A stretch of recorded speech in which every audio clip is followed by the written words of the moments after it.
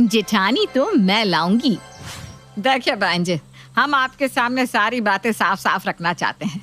हम नहीं चाहते कि कल को आप लोगों को इधर उधर से कुछ पता चले। देखिए, हमारे 2 बेटे हैं, हितेश और धर्मेश। हितेश मेरा छोटा बेटा है और धर्मेश बड़ा। धर्मेश शादी नहीं करना चाहता, इसीलिए कई सालों तक उसे शादी के लिए मनाने के बाद हमने फैसला किया कि आखिर कब तक बड़े के चक्कर में हम छोटे को भी बिठा कर रखेंगे। आखिर छोटे की भी तो शादी की उम्र हो रही है और बड़े के चक्कर में छोटे की खुशियों को क्यों कुर्बान करें। इसलिए हमने तय किया है कि हम छोटे की शादी कर देंगे। और अगर आज ये रिश्ता तय होता है तो आप इस बात का ख्याल रखें कि शादी के बाद आपकी बेटी अदिति ही घर की इकलौती बहू होगी। अब अगर धर्मेश शादी नहीं करना चाहता तो इसमें हितेश का क्या दोष है? और इस वजह से हम हितेश जैसे होनहार लड़के के रिश्ते के लिए मना भी तो नहीं कर सकते। हमारी तरफ से आप ये रिश्ता पक्का समझिए बहन जी। बड़ों की रजामंदी होने के बाद हितेश और अदिति की शादी हो जाती है और शादी के बाद अदिति अपने ससुराल पहुंच जाती है। शादी के कुछ महीने बाद माना कि ज्यादातर लड़कियों को अपनी जेठानियों से समस्या ही होती है, लेकिन सच बात तो यह है कि घर में देवरानी या जेठानी के होने से काम आधा हो जाता है। अरे कम से कम उनके साथ काम का बोझ बांटने के लिए कोई तो होता है। लेकिन हमारे घर में तो काम करने वाला कोई नहीं है और काम फैलाने वाले इतने सारे लोग। ना तो मैं धर्मेश भैया से काम के लिए कह सकती हूँ, ना माँ जी और बाबू जी से। ले देकर हितेश से अगर कभी काम में मदद के लिए कह भी दो तो माँ जी आँख दिखाने लगती है। जब से शादी हुई है दिन रात सिर्फ काम ही कर रही हूँ। ऐसा लग रहा है जैसे मेरी शादी नहीं हुई, यहाँ काम वाली की नौकरानी मिल गई है मुझे। अरे यार, कितनी लकी है ना तू। घर की इकलौती बहू है, जो कुछ है सब कुछ तेरा ही है। तू तो राज कर रही होगी अपने घर पर। और एक मैं हूँ, जब से शादी करके गई हूँ ना तब से अपनी दोनों सासों का हुक्म ही बजा रही हूँ। है 2 सास? अरे मैडम, जिठानी भी तो दूसरी सास ही होती है। वो सास होने से कौन सा बाज आती है। अरे मेरी सास इतना हुक्म नहीं चलाती मुझ पर जितना मेरी जिठानी चलाती है। ऊपर से हर बात में इस बात का एहसान कि इतने साल तुम्हारे पति को बना बना कर खिलाया है। अब बताओ, जब मेरी शादी नहीं हुई थी तो मेरे पति को बनाकर खिलाने के लिए मैं तो नहीं आ सकती थी ना। फिर मुझे क्यों एहसान दिखाती रहती है हर समय।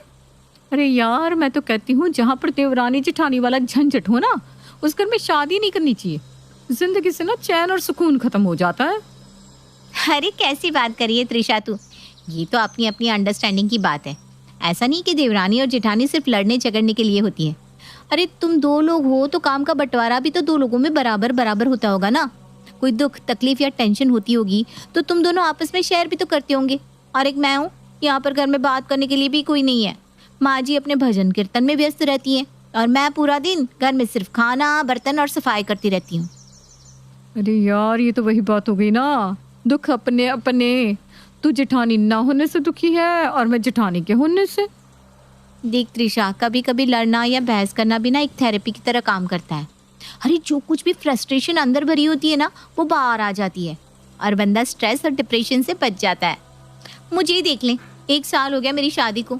अरे यार, मैं तरस जाती हूँ कोई तो हो जिससे मैं 2 बात कर सकूँ। तू ना लक्की है, लड़ने के लिए ही सही तेरे पास कोई है तो सही।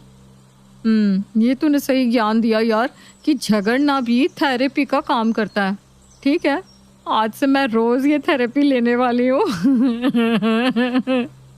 तू ना 1 नंबर की मस्करी रहने वाली है, तुझ पर कोई असर नहीं होने वाला। चलते जा, मुझे बहुत काम है अभी। परेशान हो गई हूँ, पूरा दिन काम काम काम। सच बताऊँ तो ये धर्मेश भैया का ना एक्स्ट्रा बर्डन मुझसे झेला नहीं जा रहा है। पहले सुबह सुबह उठकर उनके लिए नाश्ता बनाओ, लंच पैक करो, कपड़े धोकर प्रेस करो। आखिर मैं कब तक ये सब करती रहूँगी। आज तो हमारे बच्चे नहीं है, कल को जब बच्चे हो जाएंगे तो अपने परिवार के साथ साथ जेठ जी को भी सारी जिंदगी मुझे ही झेलना पड़ेगा। माँ जी से बात करती हूँ, एक बार और भैया से बात करें, कोई अच्छी सी लड़की दिखाकर उनकी शादी क्यों नहीं करवा देते। मम्मी जी देखिए, सुनने में ना आपको थोड़ा ख़राब लग सकता है, लेकिन सच्ची बात यह है कि मैं अकेले ना इस घर की जिम्मेदारी उठाते उठाते थक गई हूँ। अरे मैं भी तो चाहती हूँ कि मेरा हाथ बटाने वाला कोई हो इस घर में। आप अपने भजन कीर्तन के लिए चली जाती है और बाकी लोग अपने अपने ऑफिस के लिए निकल जाते हैं। पूरा दिन इतने बड़े घर की देखभाल, खाना बनाना, सबके कपड़े धोना, इन सब से ना मैं थक कर चूर हो जाती हूँ। आप एक और बार जेठ जी से बात करिए ना, अगर वो तैयार हो जाए तो हम उनके लिए अच्छी सी लड़की ढूंढकर उनकी शादी कर देते हैं। देख बेटा, मैं समझ रही हूँ, कोई भी लड़की जीवन भर कुंवारे जेठ की जिम्मेदारी उठाना नहीं चाहेगी। तेरी बात गलत नहीं है, मैं तुझे गलत नहीं कहूंगी, लेकिन मैं मजबूर हूँ बेटा। इस धर्मेश ने तो जैसे कसम खा ली है कि ये शादी नहीं करेगा। तुझे क्या लगता है मैंने अपनी तरफ से कोशिश नहीं की होगी? मेरा बड़ा बेटा कुंवारा बैठा हो, इस बात से मुझे कोई तकलीफ नहीं होती होगी? अरे बेटा, मैं तो खुद चाहती हूँ कि कोई तो अफसर आए जो इसकी तपस्या भंग कर दे, इसका मन मोह ले और ये शादी के लिए तैयार हो जाए। अच्छा माँ जी, आप बस ये बताइए कि आपको जेठ जी के लिए कैसी लड़की चाहिए। मैं अपनी तरफ से पूरी कोशिश करूंगी कि कोई ऐसी अप्सरा उनके लिए ढूंढ कर लाऊं जो उनकी तपस्या भंग कर दे। अरे बेटा, अब तो मैं बस यही चाहती हूँ कि कोई भी लड़की हो, काली गोरी लंबी छोटी, बस मेरे धर्मेश को पसंद आ जाए, वो शादी के लिए हाँ बोल दे और मेरे बेटे का घर बस जाए। इससे ज्यादा मुझे और कुछ भी नहीं चाहिए। चलो माँ जी तो बहुत आसानी से मान गई। एक बार जेठ जी से भी बात करके देखती हूँ। शाम के समय जब अदिति के जेठ धर्मेश घर वापस आते हैं तो अदिति उनके पास जाती है। भैया, आप मुझे अपनी छोटी बहन मानते हैं ना? हाँ हाँ बिल्कुल। आज ऐसा सवाल क्यों किया? तो फिर अपनी छोटी बहन की एक बात मानेंगे? आप शादी कर लीजिए ना भैया। देखो अदिति, मैं इस बारे में कोई बात नहीं करना चाहता। बेहतर होगा तुम भी आगे से मुझसे इस तरह की कोई बात ना करो। मैंने अपना मन बना लिया है और मेरा फैसला अटल है। इतना कहकर धर्मेश उठकर अपने कमरे में चला जाता है। पता नहीं क्यों मुझे ऐसा लगा कि शादी के बारे में बात करते हुए भैया के चेहरे पर एक उदासी सी छा गई थी। आखिर ऐसा क्या कारण है कि भैया शादी के बारे में बात करते हुए उदास हो गए? कहीं कोई और बात तो नहीं? हितेश, क्या भैया हमेशा से ऐसे ही चुपचाप रहते हैं? आप तो बचपन से उन्हें जानते हैं ना? अरे नहीं, पहले तो भैया खूब बातें करते थे। पड़ोस वाली रीमा भाभी है ना, उनके यहाँ भी खूब आना जाना था भैया का। खूब हंसी मजाक चलता था उनका भैया के साथ। फिर पता नहीं क्या हुआ, भैया बिल्कुल चुपचाप हो गए। ना किसी से मिलते हैं, ना कहीं शादी पार्टी में जाते हैं। भाभी से भी अब बात नहीं करते। लगता है रीमा भाभी ज़रूर कुछ जानती है। कल उनसे मिलकर आती हूँ। अगले दिन। अरे अदिति, आओ आओ, कैसी हो? भाभी, आपसे कुछ ज़रूरी बात करने आई हूँ। क्या आप बता सकती हैं अचानक भैया इतने बदले बदले से कैसे हो गए? कुछ हुआ था क्या? क्या बताऊं अदिति, धर्मेश के बारे में सोचकर मुझे भी बहुत दुख होता है। बड़ा अच्छा लड़का है वो, उसे उसकी अच्छाई ने ही बर्बाद कर दिया। आजकल जहाँ देखो धोखेबाज लोग ही नजर आते हैं, लेकिन इस मतलबी दुनिया में आज भी कुछ सच्चे लोग हैं और उनमें से ही एक है तुम्हारे जेठ धर्मेश। वो उन लड़कों में से है जिसने हमेशा अपने शब्दों का मान रखा, जो वादा किया उसे निभाया भी। मैं कुछ समझ नहीं पा रही हूँ भाभी, साफ साफ बताइए ना। अदिति, धर्मेश एक सीमा नाम की लड़की को पसंद करता था। बहुत प्यार था दोनों में। मेरे पास आता था तो सीमा की ढेरों बातें करता था। कितने सपने सजाए थे उसने। सीमा को दुल्हन बनाकर अपने घर लेकर जाएगा, ये करेगा, वो करेगा। अरे इतनी बातें करता था कि मैं उसके मुंह से सीमा सीमा सुनकर परेशान हो जाती थी। मेरे लिए धर्मेश छोटे भाई की तरह है। मैंने उसे बहुत समझाया कि आजकल वो ज़माना नहीं है, किसी को इतनी शिद्दत से मत चाहो कि उसके बिना जीना मुश्किल हो जाए। लेकिन वो तो दीवाना हो गया था सीमा के लिए। फिर एक दिन धर्मेश परेशान होकर मेरे पास आया। भाभी, सीमा के पापा को हमारे बारे में पता चल गया है। वो बहुत नाराज हो रहे हैं। मुझे समझ में नहीं आ रहा मैं क्या करूं। सीमा का फोन आया था, वो बहुत रो रही थी। धर्मेश देखो, तुम तो उसे सच्चा प्यार करते हो, फिर घबराने जैसी कोई बात नहीं है।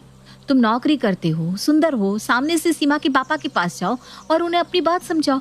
कहीं ऐसा ना हो कि वो सीमा पर कहीं और शादी करने का दबाव बनाने लगे। अब ठीक कहती हो भाभी, मैं कल ही उसके पापा से मिलकर आता हूँ। धर्मेश उसके पापा के पास मिलने के लिए जाता है और उन्हें मनाने की पूरी कोशिश करता है। देखो बेटा, मैं जानता हूँ कि तुम एक अच्छे लड़के हो, लेकिन तुम समझ नहीं रहे हो। जिस दफ्तर में तुम्हारे पिताजी ब्रांच मैनेजर है, मैं वहाँ पर एक ऑफिस असिस्टेंट हूँ। वो कभी मेरी बेटी को स्वीकार नहीं करेंगे। नहीं अंकल, मैं वादा करता हूँ, मैं शादी करूंगा तो सिर्फ सीमा से। चाहे मुझ पर कोई कितना ही दबाव बना ले, बस आप हाँ कर दीजिए।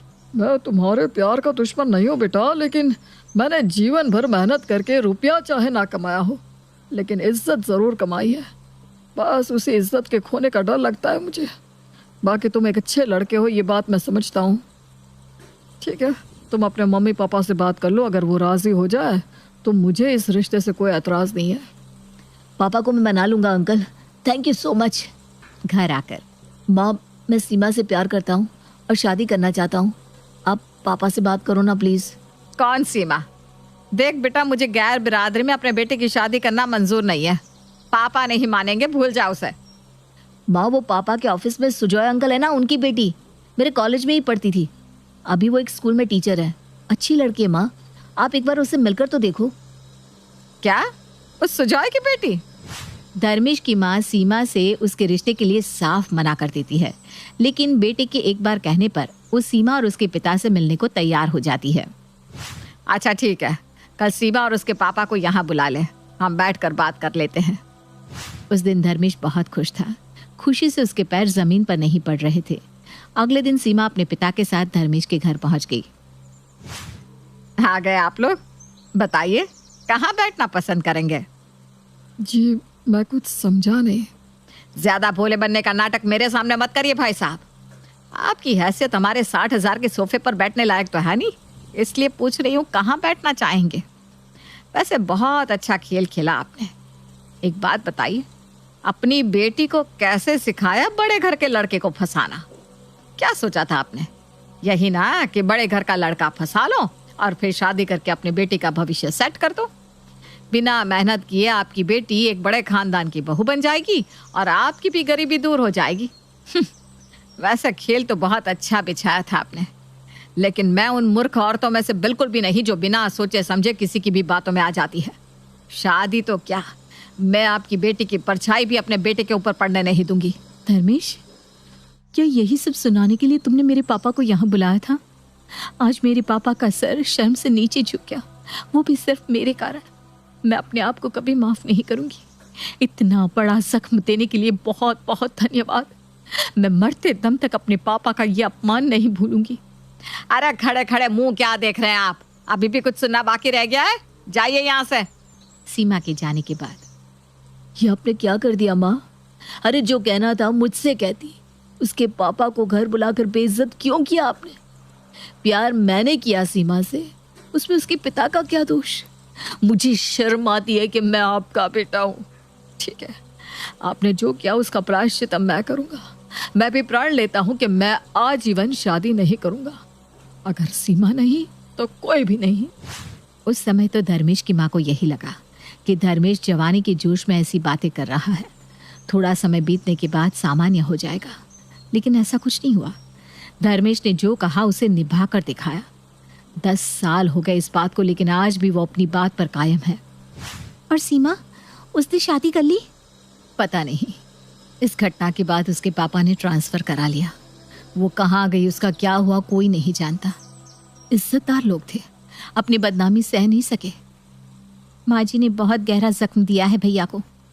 पहले तो मैं बस इसलिए जेठ जी की शादी कराना चाहती थी क्योंकि मैं उनसे परेशान हो गई थी, लेकिन अब मैं दिल से चाहती हूँ कि भैया को उनकी सीमा मिल जाए। उनके साथ बहुत गलत हुआ है। अगर सीमा ने भी शादी ना की हो तो मैं एक बार कोशिश कर सकती हूँ कि इन दोनों की आपस में शादी हो जाए। अदिति सीमा के पुराने घर जाकर पता करती है कि यहाँ से जाने के बाद वो लोग कहाँ शिफ्ट हुए। उसे पता चलता है कि सीमा अपने रिटायर्ड पिता के साथ पास ही के शहर में रहती थी। अदिति ने ठान लिया था कि वो अब सीमा से मिलकर ही रहेगी। अगले ही दिन वो सीमा से मिलने के लिए निकल पड़ती है। सीमा के घर पहुंचकर, आप ही इंग्लिश टीचर सीमा मैम है ना? जी मैं ही हूँ, कहिए। मैडम, एक बच्चा है जो बिल्कुल गुमसुम रहता है। बरसों पहले उसका एक मनपसंद साथी छूट गया था, बस तब से ही वो ऐसा हो गया है। आपको क्या लगता है क्या करना चाहिए बच्चे के साथ? आपको तो इतने सालों का अनुभव है, आप ज़रूर मेरी उलझन सुलझा सकती हैं। आप उसे उसके साथी से मिलवा दें, शायद वो ठीक हो जाए। कई बार ना मन में कुछ बातें फांस की तरह अटक जाती हैं। जब तक वो फांस ना निकले जीना मुश्किल हो जाता है। तो फिर चलिए मेरे साथ। अब उस बच्चे के हंसने के दिन वापस आ गए हैं। चलिए अपने साथी के पास। अरे कौन है आप? कैसी बहकी बहकी बातें कर रही हैं? कौन सा बच्चा? सीमा दीदी, आपने शादी नहीं की ना? धर्मेश भैया ने भी नहीं की। वो धोखेबाज नहीं है, उन्होंने अपना वादा निभाया है। बस बहुत इंतज़ार कर लिया उन्होंने अपने बिछड़े साथी का। अब आप चलिए ना उनके पास। मुझे इस बारे में कोई बात नहीं करनी। मैं वो सब बहुत पीछे छोड़कर आई हूँ, भूल गई हूँ मैं सब कुछ। अच्छा, तो फिर आज तक शादी क्यों नहीं की? क्योंकि आप आज भी प्यार करती हैं धर्मेश भैया से। देखो, जो बीत गया उसे वापस नहीं ला सकते, लेकिन अभी भी देर नहीं हुई है। आप बस हाँ बोल दो, मैं आप दोनों की शादी कराऊंगी। माँ जी को भी मैं मनाऊंगी। बस आप एक बार उन्हें मौका देकर तो देखो। मैं उस घर में कभी पैर नहीं रखना चाहती जहां मेरे पापा का अपमान हुआ था। तुम कुछ नहीं जानती अभी। दीदी, माँ जी शर्मिंदा है और उन्हें उनकी करनी का फल भगवान ने दे दिया है। पिछले 10 सालों में भैया ने माँ जी से 10 बार भी बात नहीं की। वो चुप चुप रहते हैं और हर समय चिंता में घिरे रहते हैं। गलती तो इंसान से ही होती है ना। अब माँ जी को माफ़ करके बड़प्पन दिखा दीजिए ना। प्लीज़ मना मत करना। आपके पापा भी तो आपका घर बसता देखना चाहते होंगे। बोलिए ना। पापा तो कह कह कर थक गए, लेकिन मेरे मन में तो बस धर्मेश है। मैं किसी और के साथ अपना जीवन बिताने के बारे में सोच भी नहीं सकती। अदिति के बार बार समझाने पर सीमा वापस उसके साथ धर्मेश से मिलने के लिए तैयार हो जाती है। देखिए माँ जी, मैं ले आई आपकी बड़ी बहू को। मैंने कहा था ना, भैया की तपस्या भंग करके मैं रहूंगी। सीमा, तो अभी तक कुंवारी है, शादी नहीं की तूने? नहीं माँ जी, मैंने धर्मेश को वादा किया था, वो नहीं तो कोई भी नहीं। मुझे माफ कर दो बच्चों, तुम्हारे ऐसे पवित्र प्रेम को मैंने रुपयों की कसौटी पर तोला। सिर्फ धर्मेश ही नहीं, तू भी आज तक कुंवारी बैठी है। बस अब तू हाँ कर दे बेटा, और इस बुढ़िया को पाप बोझ से मुक्ति दिला दे। लेकिन मम्मी जी, भैया ने तो कसम खाई है ना कि वो शादी ही नहीं करेंगे। मना कर देते हैं सीमा भाभी को। अरे नहीं नहीं, मैंने ऐसा कब कहा? मैंने तो बस ये कहा कि सीमा के अलावा मैं किसी से शादी नहीं करूंगा। अब तो भैया ने भी अपने मुंह से कबूल कर लिया कि वो शादी के लिए तैयार है। अब मैं और इंतजार नहीं करने वाली। सास अपूर्वा के माफी मांगने पर सीमा उन्हें माफ कर देती है और फिर देवरानी अदिति धूमधाम से बारात लेकर अपनी जिठानी को लेने निकल पड़ती है।